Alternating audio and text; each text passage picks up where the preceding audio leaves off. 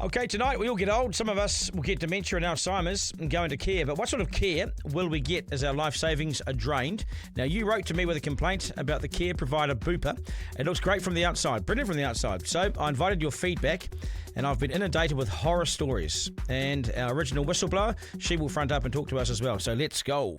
Are we paying these people to front up, or are we paying them to fly to Wellington to eat their lunch? Should you really lose your career for refusing to take part in a 90-minute lesson about Māori culture? This government doesn't actually have any idea how to get economic growth. Show us what you made of, Prime Minister. Editor-in-Chief with Duncan, Garner. Okay, welcome to the program. You're with the Editor-in-Chief. Nice to have you here. Just subscribe. Evening, everyone. Just subscribe if you can. That's really helpful to us. Please subscribe. Anyway, weeks ago, I received a complaint about Bupa, the retirement and aged care provider that boldly advertises their glitzy services as being some of the best in the market. And you have a look at this stuff. You can see it here from their ads. You can see why it looks pretty flash and why you wouldn't want why you want your aging mum or dad to go there, because it looks so good. But really, is it that well staffed? I mean, would you really want your aging loved one in the secure and well staffed facility where they provide this round the clock service? Do you really want them there? Because some of the stuff we will hear tonight is quite confronting. You've got these advertisements, they run them online, they run them on the telly. It all looks great, right? Have a look at this. At Bupa, the teams in our retirement villages, care homes, rehab centres and dental clinics are focused on providing personalised care.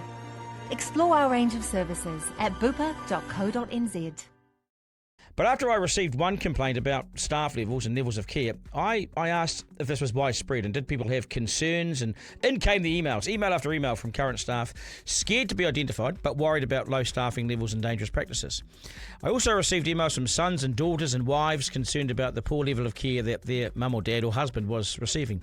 I heard from people finding their mum or dad or husband in a poor state, or their mum in a poor state with soiled pants, shivering cold. Tonight I'll explore these complaints and talk to one former staff member who is blowing the whistle and taking a stand. I've asked Bupa as well to respond to the complaints, and we will hear from them at some stage as well. So let's go. It's the Slam Dunk. Yeah, so we all get old. We all hope life goes well for us, but we can't possibly predict if we'll lose our memory, lose our ability to feed ourselves, to walk, talk, and think for ourselves. But we have an aging population, and increasingly we're seeing huge increases in those suffering dementia and Alzheimer's. It's hard on them and hard on families as they look to find them secure aged care in their time of need, in their last few weeks, months, whatever of life. Aged care facilities are mind-blowingly expensive. You can end up exhausting your life savings by paying anywhere from $70,000 a year to $115,000 for the so-called premium services. Anyway, Bupa provides all levels of aged care services and retirement options. It's glitzy, flashy, and impressive from the outside and from the advertising. Its facilities, they look second to none. But I was shocked by what I heard when the email started coming in. Here's a selection. Nahuya, who I will speak to shortly on the program, worked for Bupa for 5 years as a level 4 senior caregiver, but was made redundant along with several others recently because she was on the highest pay scale. She told me this: staffing shortages have been a persistent issue at Bupa. Despite assurances that nurses would assist caregivers, the reality is that nurses are often overwhelmed with their own responsibilities and are unable to offer the necessary support. This has led to increased workloads for caregivers, resulting in critical tasks being delayed or overlooked. Of course, H&S, health and safety, was a joke. For instance, there have been more instances of unmonitored falls, delays in pad changes, and residents receiving their meals late, often cold, just to name a few. These lapses in care are concerning and compromise the quality of service that we strive to provide. The management team at Bupa Foxbridge has consistently managed to evade accountability, leaving these systemic issues unaddressed. That was from Nahuya. Now, another woman who made a complaint to the Health and Disability Commissioner regarding the care of her 84-year-old mother wrote this to me, quote, "I found Mum alone in her bedroom, upside down in her armchair with the door shut. She was wearing a thin cotton dark blue shirt with long sleeves, a light grey singlet underneath, and thin cotton black pants, bare feet. It was dark, cold, windy, and the window to the room was wide open. Mum was cold, her hands very cold. She had a runny eye and a gooey mouth. I dressed her up in a warm cardigan, socks and a blanket, and closed the window and curtains, and then sat with her in her bedroom with the door closed and waited to see if a staff member would come to check on her. I waited for 45 minutes. No one checked on her. I went out, let them know I was there, and complained about Mum being left in her room cold and queried why she hadn't been checked for 45 minutes. I made them aware that I wasn't happy. The nurse who came up to the half hour later, told me that they put her in the room because she was loud, and they did it every shift. I queried whether they had charted her behaviour. It was an issue. If it was an issue, it could then be addressed with the doctor, but I got no response from my query. My 85-year-old dad, he lives alone at home and pays for mum's unsubsidised care out of their life savings, which is quickly dwindling. It's costing him $1,496.11 per week. Care homes, Duncan, are understaffed, underfunded, and something needs to be done. Then I heard from Cheryl, not her real name, who works for another aged care provider, and she told me this. Duncan, quote, I'm anxious as I write this, as working in aged care we're forbidden to talk about it. I'm asking you to bring to light our profit over people standard of care here in New Zealand. Bupa is halving the amount of carers and nurses and physiotherapists that they're having, and they're having their hours cut in half. Yet the residents in these care homes are paying up to $9,000 per month. Other retirement villages are under the radar as they choose not to replace staff when they leave. These vulnerable, precious members of our society are being treated as a pay packet for the hierarchy and for the shareholders. When concerns are raised, we're shut down and hushed. Complaints are expected to be handled at ground level. Things are consistently and constantly swept under the carpet. Our elderly are also at risk of emotional and, God forbid, physical abuse by those who are just wanting a pay packet.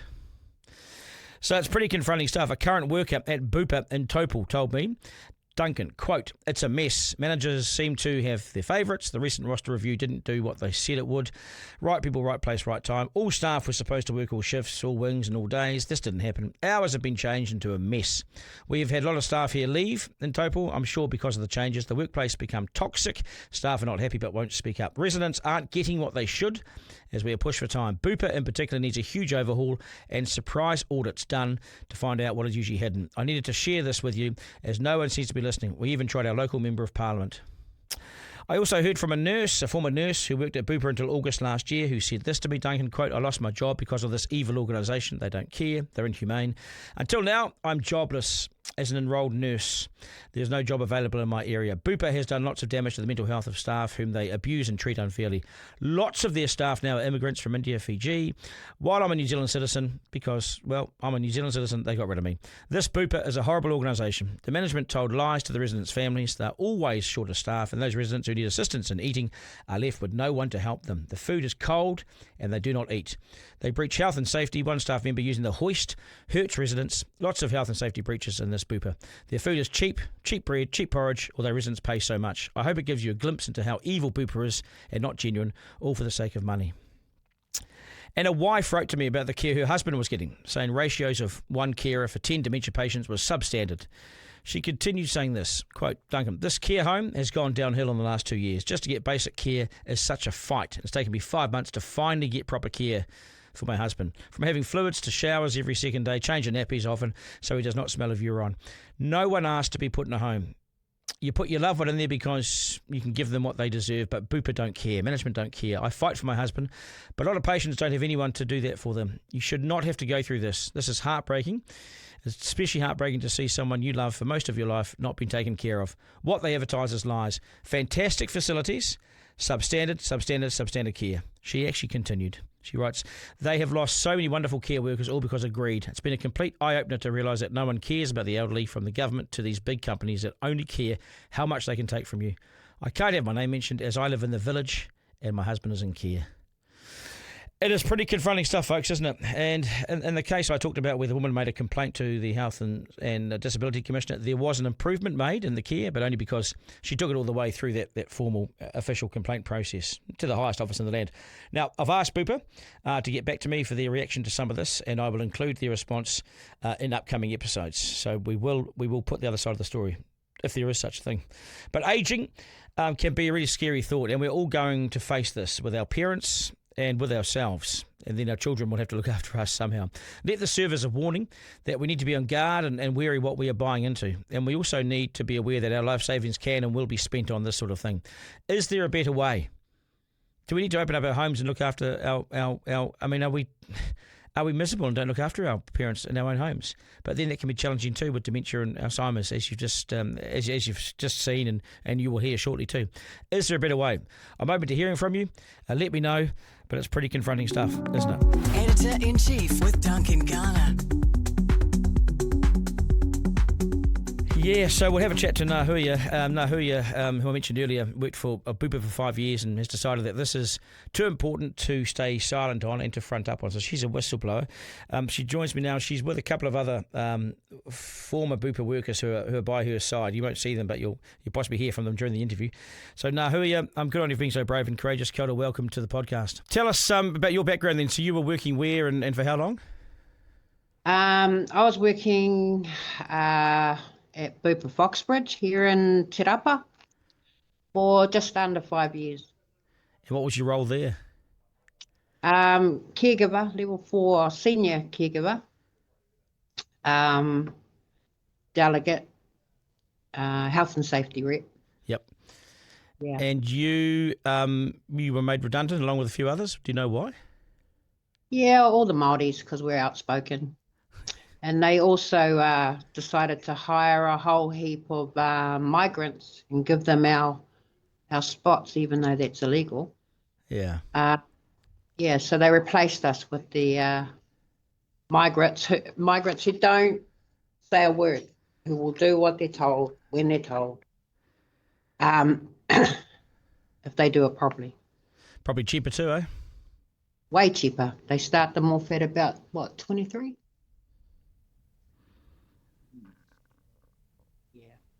23 bucks. And so what were you guys earning? What was your hourly rate when you got made redundant? 31.90. Yeah. So it's above the minimum wage.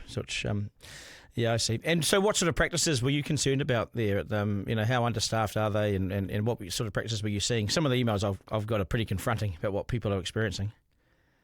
The understaffing is the big one there. Like we have 3 floors, building, about 30 beds on each floor, and they have maybe 2 staff members when there should be 4. 2 staff members for 30 beds? Yeah, two staff members on each floor. They say it's enough people, but it's not.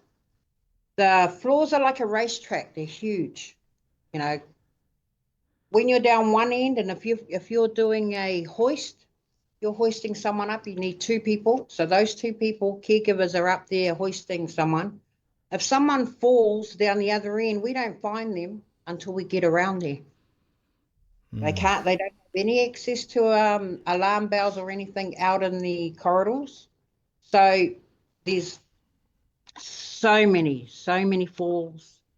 You have residents that are left in their pads because we can't rush around and change everyone at the same time and shower them at the same time. You need minimum 4 people on the floor. That hasn't happened for so long. And then you have the dementia floor, where they sometimes will have 2 people down there. Now we have a few aggressive people down there, and sometimes you're left there to tend to that on your own. So it's very unsafe for all, not just for them, but for us as well. So we've been told people are pooing themselves, wetting themselves, and they're just left there because you haven't got the numbers to get there and change them immediately. So sometimes some of them are left there for quite some time. It causes pressure sores, stuff like that. The feces and that gets stuck to them. By the time you get there, it's like glued, Oh. So you've got to do that, but they get like nappy rash, but it can get really bad. We don't have time to shower everybody, so we shower the most needy because we just don't have enough people to do it. If we were to do that, half of them wouldn't even get to bed. If we went around and showered everyone that needed a shower, we wouldn't have time to put them to bed as well, feed them, put them in bed. So understaffing is a huge thing. Actually, that's the main thing. Yeah, well, it sounds, because if you're understaffed, you can't give the right care, right? And it's really unsafe. Like for me, I come away from there with injuries in my shoulders and my back, my legs, and most of us do get those injuries. But then again, the residents, they also, the falls. There's so many extra falls, and it's so funny. You go, oh, we've had this fall, and we go and do a risk man for it, and they will send someone up, a coordinator or something, to meet with us and try and get us to put the level of, like I put mine up to a 4, which will skip our management and go over to Australia to the CEO. Yes. And then he rings straight back and he wants something done about it now. Now they run and check everybody's level, that they put the incident at, to try and get you to put it down. And I went, nah, bro, you weren't there. You weren't there. So you reckon? So do you think you guys got? You think because you spoke out, because you were worried about health and safety? I reckon that's probably why you got laid off. Yeah, and I mentioned that in my meeting. Look, like I asked her, how come I'm down in this group of people that are being laid off? I'm actually a good worker. I'm never really away, and I'm always at work. I actually come to work when I'm sore because I know we'll be short-staffed. And she goes, oh, it might be your competencies. And I went, no, my competencies are up to scratch. Oh, it might be your, well, you might have been, what do you have? They had the coordinator watching me and doing so-and-so, What is that thing called when you You're being monitored have with your boss and get, I forget what it's called. What's it? When you go and sit with Teresa and you have your one-on-one appraisal. Yeah. Well, she said, oh, it might have been that. And I said, no, it wasn't that. And I went, actually, when you first come here, Teresa, which was nearly 3 years ago, you put a notice up on the board and you said, anyone that hasn't had this, put your name up here. And I went, well, that notice is still up on there. For 3 years it's been there. My name's still up there. You have never, ever taken me aside to sit down with me and see where I'm at. And she goes, well, you might have got, the coordinator might have done a visual one. And I went, well, she can't do that without me knowing. That's spying, bro. Yeah. I think it's pretty clear. I think it's pretty clear what happened. I said, this is what happened. I'm the health and safety rep. I gave you a risk assessment. I did a risk assessment for short staffing. You harassed me in my email to stop it. You threatened me in my email to stop it. So in the end, I had to go to the union and get them to get you off my back so I could finish my assessment. Yeah. And she was like, people are paying massive money, right? People are paying huge money to be in there. It's sometimes $1,500 a week just to be there. Depending on the size of your room. I've had people come to me and say that they found their mother upside down in a chair. They found their mother soiled. They found their mother freezing in a room, shivering. The food was cold that was served to them. The food is low quality. The food is disgusting. Oh my gosh, some of the food they get, we don't even know what it looks nice on the menu until it comes in, and then they won't eat it. They don't eat it. They will say there's 30 people having dinner, 5 of them might eat dinner. That's it. They won't eat it. It's that bad. When our new boss came, she watered down the juice. We used to get these big juice bottles. She watered them down to save money, except the residents knew there was something wrong with their juice. So they stopped drinking. Yeah. So she had to put it back. And do families complain? Do families come in and complain? No, we're not allowed to talk to the families. And yet we're the advocate for the resident. But we're not allowed to do that part of our job. It sounds like jail. I mean, it's just, it sounds awful. Yeah, it's like abuse and care. That's all I can think about. Well, what do you think the managers will think of this? This piece that we've done tonight, and the fact that you're speaking out. What do you think they'll say? What was that, sorry? What do you think they'll say? What will the management say when they see you talking out like this, speaking out like this? Yeah, I'm not gagged anymore. I'm not working for them.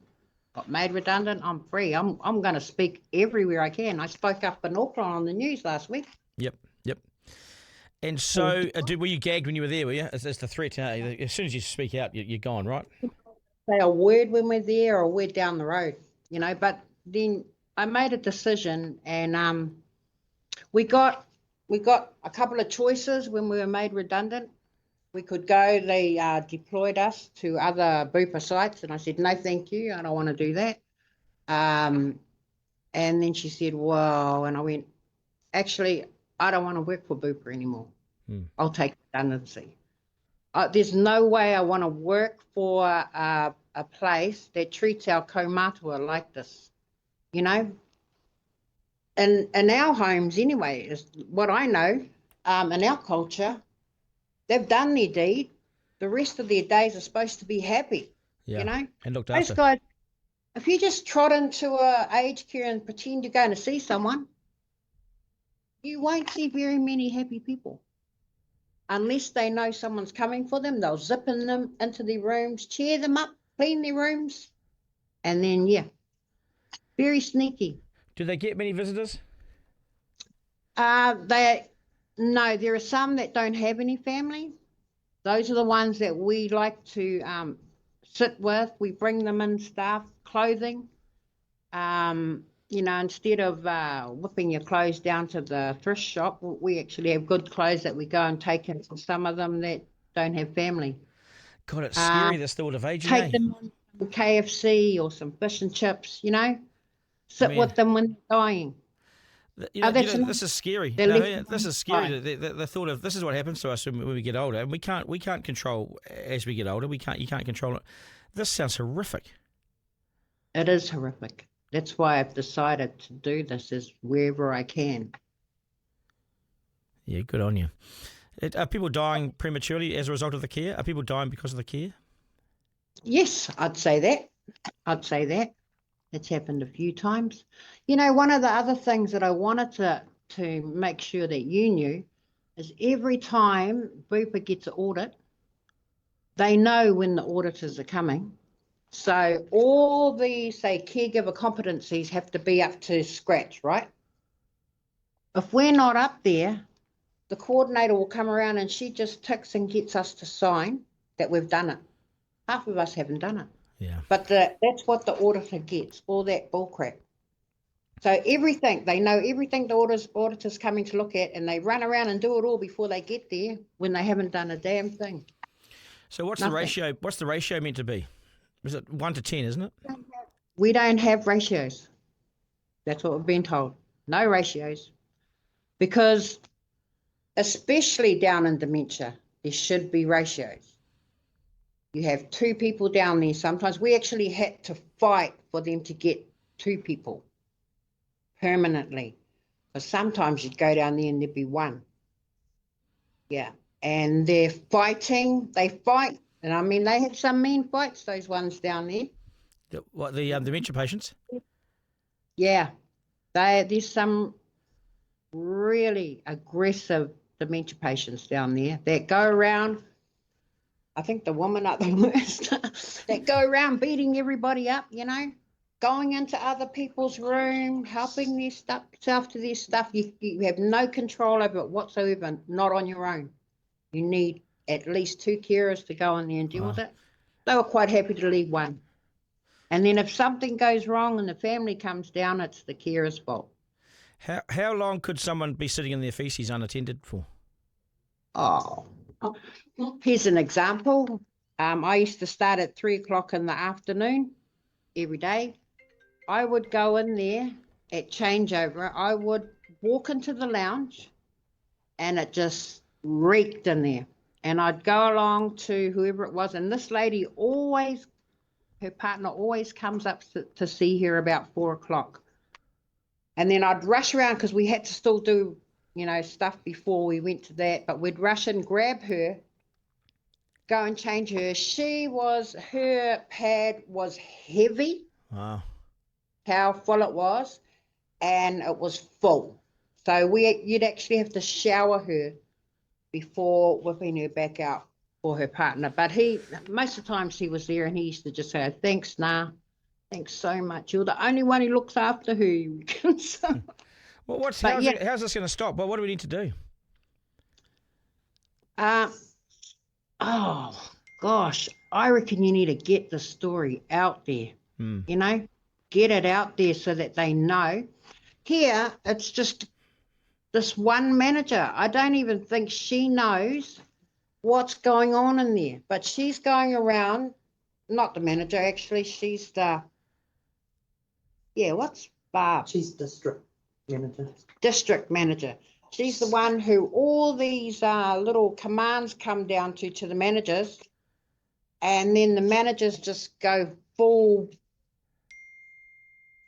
on getting it done, everything she wants done, and yet she doesn't see the impact of what it's doing. So what's happened now is they've done a roster change, rotating rosters they call it. Yeah, 4 on, 2 off. Yeah. So you have 4 on. That's on the 4 floors, eh? Yeah, 3 floors. Sorry. Yeah. So those. That's why we lost our jobs. They started a new roster, rotating roster. They're actually doing it across the board to all aged care places. Right. So they're cutting down caregivers. They're cutting hours. If people are sick, if say staff are sick, they don't supply another staff member. Even though there's a lot there putting their hands up to work, they will not bring another staff member in. They just have those, whoever's left on the floor. I don't know why. It's all about profit, eh? It's all about profit. Yeah. Money. That's what it's about. Yeah. Just as we were talking, you would have heard my phone beep and ring and that sort of thing. That was Bupa. They've just rung me. Please call me back when you get a chance, Duncan. Stephanie from Bupa. Yeah. That'll be from their head office. Oh, that's where we were last week, eh? Yeah. Well, they've got a few questions to answer. That's for sure. Is there anything else you want to add, Nahuya? Anything else you guys want to mention? What is that? Yes, I'm off screen, yes. But I'm a former worker too. I chose to leave. Just to say that you asked about ratios, staffing ratios before. There is a contract that aged care providers have with the Ministry of Health. Yes. Which is called the Aged Residential Care Agreement. And in that, under personnel, it says that the provider will provide sufficient staff to meet the care needs of all residents at all times, and this isn't being done. Yes. No, that's why I asked about the ratios, because it sounds like they're breaching this. There is no ratio to breach. There was a ratio going back 2005, but in 2005, residents used to arrive with their golf buggies and have walking clubs. Now they're much older and their needs are far more complex. And most of them come into aged care and they're palliative care. Yes. They spend their last days in aged care. And these last days need to be rewarding and fulfilling, but they're misery. It sounds like it lacks all dignity, and as you say, the last months, weeks, whatever it might be. The lack of dignity is what really is concerning, isn't it? Because there is a power imbalance, and the residents and the workers do not have a voice. Yeah, I can see that. Well, they do now. They do tonight. Thank you for your time. Yeah, thank you for what you've added there. There is another document I'd like to share with you. Sure, it's Bupa's own document. It's a work instruction on abuse and neglect. Yes. And it outlines examples. For instance, Bupa describe abuse and neglect as not toileting a resident when they request. Well, that never happens. Leaving a resident with insufficient clothing or in a cool or drafty area. That often happens. leaving a resident in the sun without adequate sun protection or monitoring. That has happened in the last couple of weeks, resulting in severe blistering of a resident's head. Ignoring residents' requests or call bells. That happens because we're so short-staffed. Bupa are in breach of their contract with the government, but also they're ignoring their own work instructions. Yep. Yeah, no, I understand what you're saying. And it's not healthy, it's not safe, and it's dangerous, is what you're saying. Yeah, yes. And it's dangerous for the workers' mental health too. You know, they're aware that residents are dying alone whilst they're busy serving lunch or dinner. They need more staff. They need more staff. Yeah, simple as that. They need a lot more staff. I'm going to go and put this to air. I'm going to go and cut this up and put this to air and make this happen. Is there anything else you guys want to add? Anything, guys? Oh, there is a aged care commissioner that needs to urgently investigate. Yeah, that's the good message. Yep. There needs to be a formal investigation into it. Thank you for doing this. No, you're welcome. Make sure you watch it tonight, okay? It's going to be on shortly. Okay, all guys. Right, cool. Hold up. Thank you very much. Thank you. Good on you for being brave and speaking out. Cheers, Navi. Editor-in-Chief with Duncan Garner. Yeah, so I've used the word before, confronting, it's in your face. Isaac, our Christchurch producer, there's a lot there to digest, and it's not positive, is it? It's pretty grim, but I think we need to be brave enough to air these sorts of things, eh? Yeah, it is very grim. Yeah, it's really interesting. It's really interesting. A very interesting issue, because I know that in New Zealand, we have a nursing shortage at the moment. That's been a bit of an issue in hospitals as well. And so it'll be interesting to see how much that also impacts places like care homes. Yeah. And so that could definitely be an issue. But then when you see some of the stuff that's coming through on the emails that you've received, quite a lot of things in regards to not only just the amount of people there, but also the quality of the food, the quality of the care, that kind of thing. And so, yeah, it definitely seems like there is potentially some not so great stuff going on in the background around there. It's pretty detailed. It's pretty gets down to a lot of the sort of detail of people sorting themselves and sitting there for hours. And so the reason why we're doing this, folks, is because it's important, but it's also, it could be your parents. It could be you. It could be us one day. So, we need to make sure that we keep the foot on the throat, I think, of this. Let's look at some letters. Editor-in-Chief with Duncan Garner. Okay, letters to the editor. You want to read this one, Isaac? You want to have a look at this one? Yeah, go for it. I got it. Hi, Duncan. I know you're great at getting stuck into hard-hitting journalism, so I thought perhaps you might get on board. I've reached out to Breakfast and 7 Sharp, but sadly got no reply. Maybe because it's a sensitive subject that people choose to ignore. My daughter was raped in 2022 by a boy she thought was her friend. In December 2024, he was finally sentenced to 3 years in prison. That has been reduced down to from 6 with discounts. His release date is the 6th of December 2026. Anyway, on our journey through this nightmare, I came across a Facebook page called The Road to Healing Aotearoa, where they shared the news article on his sentence. At the moment, Sam and his team are walking to Parliament from Cape Reinga to present a petition for harsher sentences for sexual assault.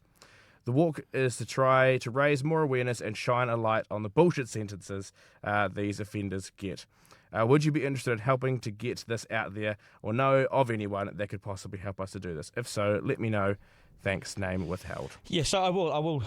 I've sat here for a number of 2 or 3 years now, looking at some of these short sentences that are handed out to these young rapists. There's one young man who committed 5 sexual assaults, rapes. He got 10 months home detention. And he was 16 and 18 at the time of sentence. 5, and he gets 10 months home detention. Since when was the victim worth so little that they got home detention for such a brutal crime? So I'm in your corner on this, and I will look at doing something on the walk, or the hikua that they're doing through the island for better and longer sentences. And I agree with you. There's nothing I don't agree with you on this front. I've sat back and I've watched this stuff.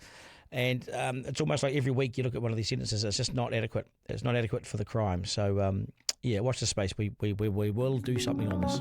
Editor-in-Chief with Duncan Garner.